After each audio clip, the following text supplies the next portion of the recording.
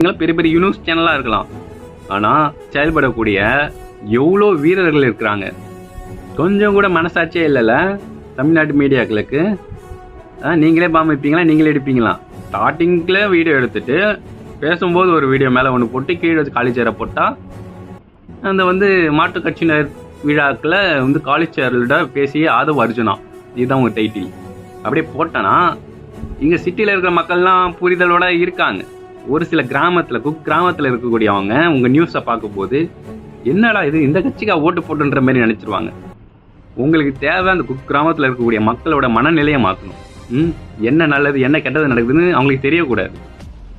விஜயை பற்றி ஒரு சில நல்ல விஷயத்த போட்டுட்டா அது அந்த அளவுக்கு யூஸ் போல. அதே நெகட்டிவாக போட்டால் உங்களுக்கு டிஆர்பி எகுருது. இப்போ டிஆர்பியை வச்சு தான் நீங்கள் சோஷியல் மீடியாவில் எல்லாத்துலேயும் உங்கள் நியூஸாக போட்டுட்ருக்கீங்க. நீங்கள் போடுறீங்க சரி, சோஷியல் மீடியா ஹேண்டில் பண்ணக்கூடிய எவ்வளோ பேர் நீங்களும் பெரிய பெரிய நியூஸ் சேனலாக இருக்கலாம், ஆனால் நியூஸ் சின்ன சின்ன மீடியா மாரி செயல்படக்கூடிய எவ்வளோ வீரர்கள் இருக்கிறாங்க சோஷியல் மீடியாவில். அவங்க எது உண்மை இல்லைன்றதை போட்டுன்னு தான் இருக்காங்க. ஓகேவா? இங்கே யாரும் காசுக்காகவோ டிஆர்பிக்காகவும் பண்ணலை.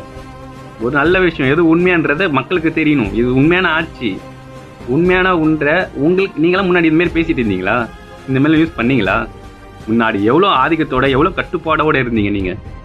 இப்போ எந்த அளவுக்கு யாரை வேணால் போய் கேள்வி கேட்கலாம், நீங்கள் யாரை வேணால் போய் நியூஸ் இன்டர்வியூ எடுக்கலாம், என்ன கேள்வி வேணால் யாரை வேணால் பார்த்து கேட்கலாம். முதலமைச்சரை கூட ஏன் இன்டர்வியூ அட்டன் பண்ண மாட்டான்னு கேட்கலாம். ஏன்னா அமைச்சருங்கள்ட்ட அவ்வளோ தைரியமாக பேசக்கூடிய அந்த உரிமை எங்கேருந்து வந்துச்சு? உரிமைன்றதோட முன்னாடி இருந்ததுக்கும் இப்போ இருக்கிறதுக்கும் டிஃப்ரெண்ட் நிறையா இருக்குல்ல. கொஞ்சம் நியூஸ் சேனலுமே நடந்துக்குங்க, நல்லதை மட்டுமே போடுங்க, கெட்டது நடந்தால் கெட்டதையும் போடுங்க. தப்பான விஷயத்தை போட்டு மக்கள் திசை திருப்பாதீங்க. Thank you so much.